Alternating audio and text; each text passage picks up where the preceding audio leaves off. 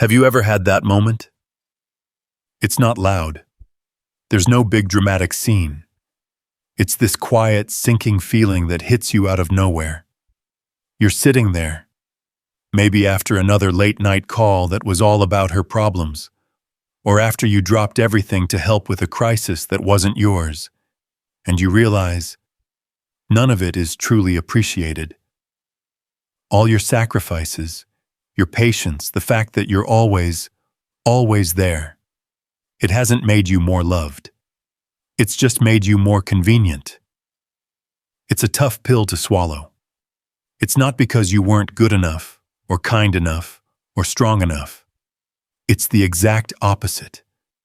You were too available.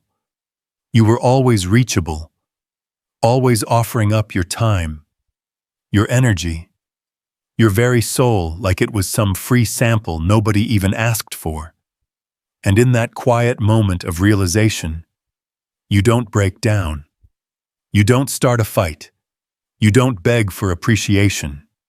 Something inside you just shifts. You step off a pedestal you never even wanted to be on in the first place. This isn't a story about getting your heart broken. This is a story about putting yourself back together. It's a resurrection. Let's get one thing straight. Men aren't exhausted just because they work hard. That's a different kind of tired. The soul-deep exhaustion so many of us feel comes from giving ourselves away without any boundaries. It's a constant, slow leak of our own life force. We respond to the texts we know we should ignore. We become the unofficial therapist for problems we had no part in creating. We pour out our energy, our focus, our emotional stability for what, exactly? A temporary smile? A fleeting compliment? A moment of closeness that feels good right then but vanishes the second we stop performing our role. The famous psychologist Carl Jung had a name for this. He would have called it a psychic imbalance. It's a state where a man essentially loses touch with his own inner authority. You stop living from your own center and instead become a mirror, reflecting and serving the needs and desires of other people. And let's be honest, very often, it's a particular woman. You weren't born to be a satellite orbiting someone else's planet. But somehow, that's what happened. You became the moon to her ever-changing moods, the 24/7 helpline for her past traumas, the emotional butler, always on call to manage her feelings. You tell yourself you're being the strong one by staying, by enduring. But there's a huge difference between being strong and being compliant. You've confused what love is with submission. You've mixed up having a real presence in someone's life with simple obedience. And here's the kicker. She can feel it. Deep down, on an instinctual level, she senses that lack of a solid core. And that's a huge part of why the attraction fades. That spark, that polarity, it requires two distinct, whole individuals, not one person and their emotional support system. The truth, and this one is terrifying to face, is that she never fell in love with the real you. How could she? You barely let the real you exist. She fell in love with the version of you that was willing to dance to the rhythm of her chaos. The you that was predictable, reliable, and endlessly accommodating. And when you finally see that, truly see it, you understand that you have to do the one thing that feels completely counterintuitive. You have to disappear. Now hold on. I don't mean you pack a bag and leave a note. I'm not talking about being cruel or ghosting someone. This is an energetic disappearance. It's about withdrawing that lifeline you've been extending 24/7. You're not doing it to punish her. You're not playing a game. You are doing it to return to your own center. You're doing it to save yourself. Because no man on this planet can become a whole, powerful, grounded individual while he is constantly bleeding out his energy, looking for a scrap of validation from the outside world. Jung taught that the path to becoming a whole person, what he called individuation, is a journey you have to take alone. It starts the moment you stop reacting to every little thing. The moment you stop feeling the need to explain and justify your every action. It begins when you stop offering up your emotional well-being as a free-for-all banquet for someone who only shows up when she's starving for attention and leaves the table the second she's full. When you remove yourself from this broken emotional economy, where affection is basically traded for access and compliance, the entire world starts to shift around you. The old rules no longer apply. The dynamic completely flips on its head. Why? Because she can no longer manipulate what she cannot touch. She can't predict the actions of a man who has become opaque to her. And most importantly, she can no longer define a man who has finally remembered who the hell he is. This isn't you being indifferent. This is an ascension. You become unavailable, not because you hate her, but because you've finally decided you love yourself enough to stop abandoning yourself for her. You become a storm she can't track on her emotional radar, a soul she can no longer put into a neat little box. And in that newfound space you create, one of two things will happen. She will either be forced to evolve herself, or she will exit your life. Either way, you will rise. We were all taught the same playbook, weren't we? Being a good man meant being there. It meant being patient. It meant being the calm, strong rock in the face of someone else's emotional storm. But here's what the playbook left out. They never, ever taught you about the cost. No one warned you that your constant, unconditional availability would become a currency. And like any currency that's printed endlessly, it would become so devalued that it would eventually be spent without a second thought, without any gratitude. Think about it. Every single call you answered on the first ring, even when you were swamped. Every argument you stepped in to diffuse, playing the reluctant peacekeeper. Every late-night conversation you sat through, listening to the same circular problems, even when your own mind felt like it was collapsing from exhaustion. You thought you were earning points. You thought you were building a foundation of love and respect. But none of that made her love you more. It only taught her to expect more from you, while respecting you less. Because here's a hard truth about human psychology. In the mind of many women, a man who is always emotionally on call, always reachable, ceases to be a mystery. And when the mystery is gone, the polarity that creates attraction starts to fade. You stop being a man she wants to discover and become a tool she knows how to use. And let's be brutally honest with ourselves. Tools are not loved. They are not desired. They are used until they break, and then they are replaced. Carl Jung once wrote that people will do anything, no matter how absurd, to avoid facing their own soul. And this insight is the key to understanding this entire dynamic. This is why many women are subconsciously drawn to men who are perpetually available. Your constant presence, your bottomless well of emotional support, becomes their shield. It spares them from having to confront the emptiness or the chaos within themselves. Your emotional presence literally becomes their painkiller. So what do you think happens when you decide to stop dispensing the drug? The second you stop providing it, the accusations start flying. Suddenly you're the one who is being distant. You're the selfish one. You're cold and unfeeling. But if you can look past the emotional charge of those words, you'll see the truth. They aren't actually missing you. They are missing the control they had over your emotions. They're missing the free therapy. They're missing their human painkiller. This is exactly why your silence will enrage them more than your loudest arguments ever did. It's why your newfound stillness feels like the ultimate betrayal to them.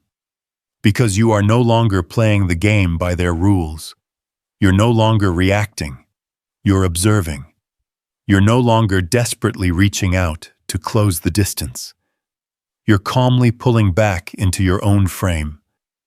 And for the very first time in your relationship, she is being forced to confront a version of you that exists entirely without her validation. She's being forced to confront herself. This, right here, is the beginning of true masculine power. And I'm not talking about the macho, chest-pounding power to dominate or control. That's a fragile, insecure power. I'm talking about the profound, unshakable power to remain unmoved. The power to be the eye of the storm. When a woman cannot move you with her silence, with her moods, with her strategic withdrawal of affection, or even with her seduction, when none of her old tricks work, then she has no choice but to face herself. And frankly, most people cannot handle that. That's when you'll see the script flip. You'll see the panic bubbling beneath the surface. You'll get the provocations, the little tests designed to get a rise out of you. You might see sudden, unexplained kindness, followed by sudden, unexplained cruelty. Don't be fooled. This isn't because you've hurt her. It's because your detachment, your refusal to play along, has exposed her dependency on you. This is the chapter of psychology they just don't teach men. You don't need to get louder to be heard. You don't need to punish to make a point. You absolutely do not need to explain yourself into the ground. The only thing you need to do is to stop making yourself available to a woman who has not earned the right to access your inner world. You do that one thing, and I promise you, everything else will change. The entire dynamic will twist and reform in the space created by your absence. Why is this so effective? It's simple. Unpredictability dismantles manipulation. Your withdrawal completely shatters her script. Her entire emotional blueprint, her strategy for dealing with you, is built on the foundation of your predictable reactions. But now, you've chosen stillness. You've chosen silence. And in that stillness, you become dangerous. Not in a physical way. You become spiritually dangerous to her ego, because you've just demonstrated, in the most powerful way possible, that you do not need her attention to feel like a man. Your sense of self-worth is no longer on lease from her. You've taken ownership. This is where the real journey begins. You might have thought this was about walking away from her, but it was never really about her. You're walking toward yourself. And that man, the one who is grounded in his own reality, the one who is selectively available, the one who is utterly unshakable, that man isn't lonely. That man is becoming a legend in his own life. There's a powerful moment in this journey that few men ever get to experience. It's not when he finally gets the girl or wins the argument. It's the moment he realizes he no longer needs love to feel alive. It's when he can sit in a room by himself, completely alone, untouched, unchosen, unvalidated, and still radiate a profound sense of presence. That is the man that women can feel from across the room, but can't quite figure out. That is the man who turns heads without even trying, not because he's putting on a mysterious act, but because he has reclaimed something they can no longer access, his own psychic autonomy. Carl Jung talked about this process as the return of the self. He saw that most men have, in a way, been emotionally colonized. We've handed over the keys our own inner kingdom. Our self-worth starts to depend on her replies. Our joy depends on her reciprocation. Our very identity becomes entangled with being needed by her. But when you finally stop being so available, when you pull back that emotional lifeline that she thought she owned, you start to see things with a brutal, undeniable clarity. You see that her affection was never as unconditional as you believed. It was often transactional. You see that the validation you craved was just being rented to you, not earned. You begin to understand that your presence wasn't truly respected. It was simply expected. And in that moment of clarity, you start to remember the man you were before you allowed yourself to be broken into 1,000 pieces just for the chance of being chosen. Now, I won't lie to you, that clarity feels violent, not outwardly, but inside. It's a fire that burns away the fog. You'll find yourself grieving the version of you that sold his soul for a temporary connection. You'll feel the sting of all the years you wasted explaining yourself to people who were never truly listening. You'll feel the deep ache of every single time you comforted her while you were the one who was silently bleeding. But that grief, that ache, it's not weakness. It is a sacred rite of passage. It is your soul finally scraping off the rot of dependency. And women sense this shift on a primal level. They may not have read Jung, but they understand the dynamics of power. Suddenly, you no longer flinch when they pull away. You don't chase when they try to provoke you. You don't launch into a 5-point defense when they accuse you of something. You just become still. And that stillness, my friend, threatens the old dynamic more than your anger ever did. Stillness is the final, unbeatable form of strength. You'll watch their tactics change. First, they'll test you. Then maybe they'll mock you. Then, when that doesn't work, they might try praise. And when all else fails, the guilt trips will come. But you cannot bend. You cannot explain. You cannot react. Because every single time you return to your silence, to your sovereignty, to your sacred unavailability, you are gaining something infinitely more valuable than her approval. You are gaining yourself back, piece by piece. This isn't about rejecting women. It's about liberating yourself from needing them to feel like you're whole. And here is the ultimate paradox. That is the single most attractive quality a man can possess. Not a desperate, needy attraction. Not a loud, performative masculinity. But a quiet, deep confidence that is rooted in something ancient and immovable. She cannot seduce the man who does not have a void that needs filling. She cannot manipulate the man who does not chase. She cannot test the man who is no longer playing, because he's not even in her game anymore. In his own mind, he's already won. At first, your unavailability will be completely misread. She'll think you're playing a new game, testing her, trying to provoke a reaction, because in her experience, that's what men do. They withdraw only to gain leverage. But you're not playing. You're done. You've crossed an invisible line that most men never even know exists. You've reached the point where your silence isn't a tactic anymore. It's your new native language. It's a language that can only be understood by men who have had the courage to bury their old, needy selves and mourn their own naivety. You will feel something strange happen inside you. A lightness. A deep, abiding calm. At first, it might feel like numbness, and you'll question yourself. You'll wonder, have I become cold? Have I lost the ability to care? No. You're not cold. You're clean. Your soul has stopped hemorrhaging energy every single day. You are finally conserving your psychic power for what actually matters: your purpose, your peace, your own life. No more spending it on battles you didn't start. No more bleeding it out for a taste of closeness that only ever left you feeling hollow. And then will come a morning. You'll wake up, and before you do anything else, you'll feel it. The absence of the urge to check your phone. The absence of the need to prove your worth to anyone.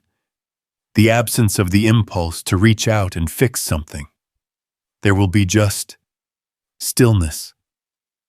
A silent confidence humming right beneath your skin.